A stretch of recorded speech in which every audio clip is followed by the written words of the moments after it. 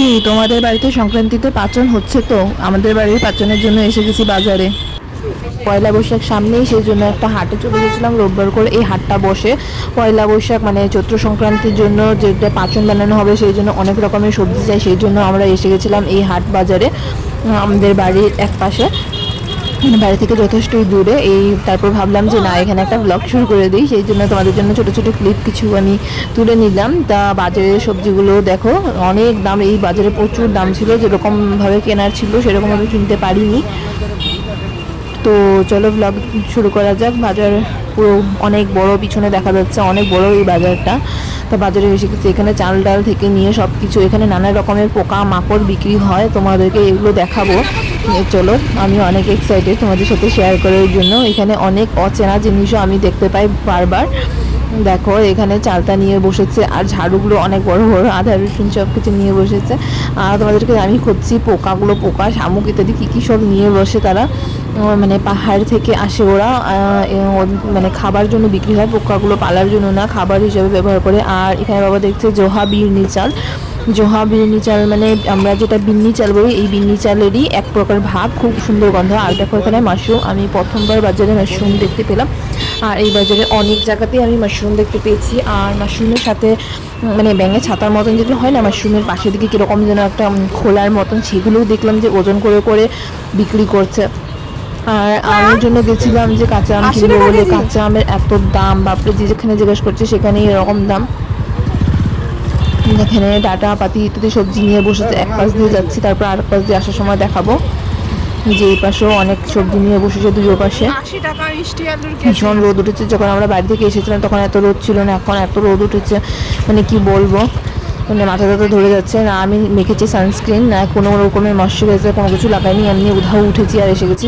সকাল 9টা বাজে আমরা এসেছি এখানে। আসার সময় মেঘলা ছিল।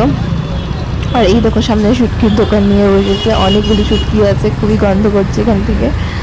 আর এখন অনেকে বলে হ্যাঁ খাওয়ার সময় গন্ধ পাওয়া যায় না, এখন গন্ধ না, তা ঠিকই, মানে কাঁচাটা গন্ধ অনেক করে। এখানে অনেক ফল, নারকেল নিয়ে বসে, নারকেল তোমার 100 টাকা দিয়ে 3টা দিচ্ছিল, অনেক জায়গাতে 100 টাকা দিয়ে 2টো, মানে ছোটো নারকেল এগুলো ছোটোগুলো।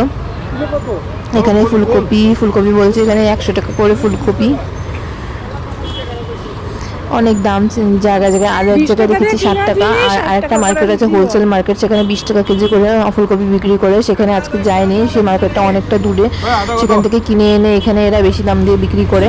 সেখানে গেলে মানে 5-10 কেজি করে করে কিনতে হয়, অত বাড়ির জন্য ইউজের জন্য এত দরকার হয় না, তাই জন্য ওখানে যাইনি। আর যখন কখনো দরকার হয় তখন আমরা নিয়ে নিই ওখান থেকে গিয়ে, যেহেতু বাজারটা মানে অনেক দূর, সেই জন্য আমরা ওখানে যাই না। তারপরে এই দেখো এখানে আম,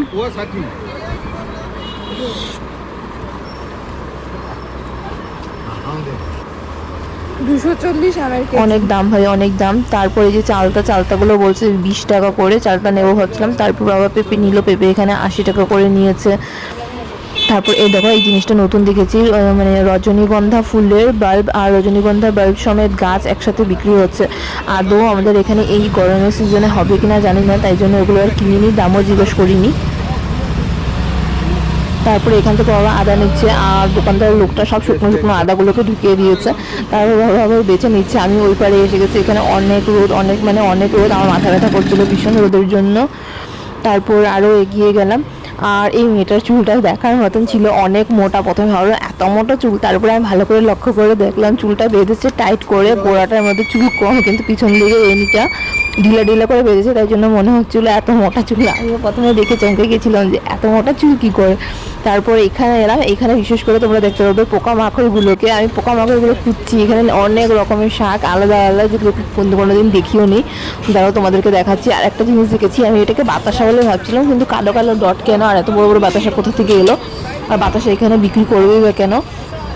তারপর বাবাকে ধরাতে বাবা বললো একটা জিনিস, দাঁড়াও তোমাদেরকে দেখাচ্ছি, এখনই আসবে। এই দেখো এখানে দেখতে পেয়েছো ছোটো ছোটো বাতাস, এই যে সামনে পোটলার মধ্যে দেখেছো, ব্যাগের মধ্যে বাতাসের মধ্যে, দেখতে মনে হচ্ছে না বাতাসা, এই যে সামনে কালা ব্যাগের মধ্যে। তো বাবা বললো এগুলো বাতাসা না, এগুলো যে মানে ভাতকে পচিয়ে যে এক রকমের মানে মদ্য তৈরি হয়, ওর মধ্যে নাকি বলে দেওয়া হয় এগুলো, আর পাহাড়িরা নাকি এগুলো সব জিনিস বানায়। তো আমি তো কোনোদিন দেখিনি, আজকে প্রথম দেখলাম, আমি তো এগুলোকে বাতাসা বলে ভাবছিলাম। এবার ভাবলাম কোনো কিছু ডিম হয়তো। তারপর এখানে আম, এই তখন 250 গ্রাম 50, 200 টাকা কেজি। অল্প নিয়ে আনো, আর কি করবে।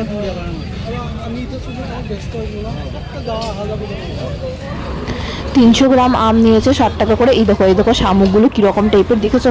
তারপর এই দেখো পোকা, এই জিন্দা একদম পোকাগুলো জ্যান্ত হাঁটাটা চলা করছে।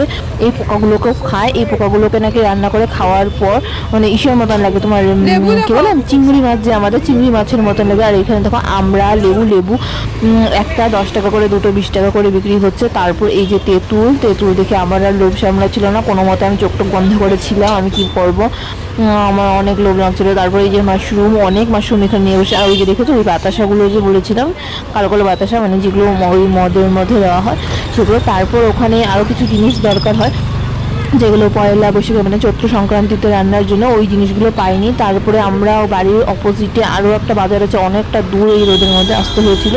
সেখানে গিয়েও আমরা খুঁজছি সেই জিনিসগুলো পাইনি। কচু শাকও মানে ডান্টি নেওয়া হয় শাকগুলো, কালো কচু মানে কৃষ্ণ কচু, সেগুলো পাইনি। তারপর অনেকটা দূর যেতে হলো। তারপর গিয়ে একটা বাজারের মধ্যে পেয়েছি কিছু জিনিস। অনেক জাম, অনেক ভিড় ছিল এখানে, কি বলবো, অনেক কষ্ট করে আসা।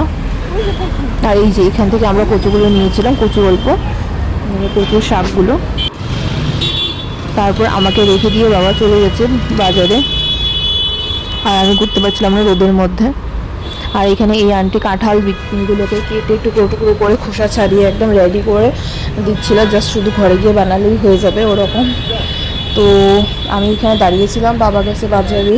তো তারপর আবার বাবা এলো, এসে আবার আরও একটু আগে নিয়ে গেল আমাদেরকে, আরও বাজার বসেছে। ভীষণ ভিড় ছিল বাজারে, ভীষণ মানে কী বলবো ক্রাউড, আর গাড়ি ঘোড়া অনেক ছিল। তারপরে এখানে ভিতরে বাবা স্কুটি থামিয়ে দিল, আমি বসেছিলাম যাইনি। আর এখানে মুরগি কাটছিল, ওইখান থেকে কী বাজে গন্ধ বেরোচ্ছিল, আমি কি বলবো বাপরে। তো এখানে বসেছি, গাড়ির প্যাঁকু চলছে। আর মুখের অবস্থা তো একেবারে বেহাল, মানে রোদে আমি জ্বলে পুড়ে শেষ হয়ে গেলাম, মাথা ব্যথা করছে ভীষণ। বাবা দেখি কখন আসে। তো তারপর চলে যাবো বাড়িতে। ভিডিওটা এখানেই শেষ করছি, একদম ভিতর দিকে বাবা গেছে। চলো টাটা, আবার দেখা হবে তোমাদের মানে সংক্রান্তিতে।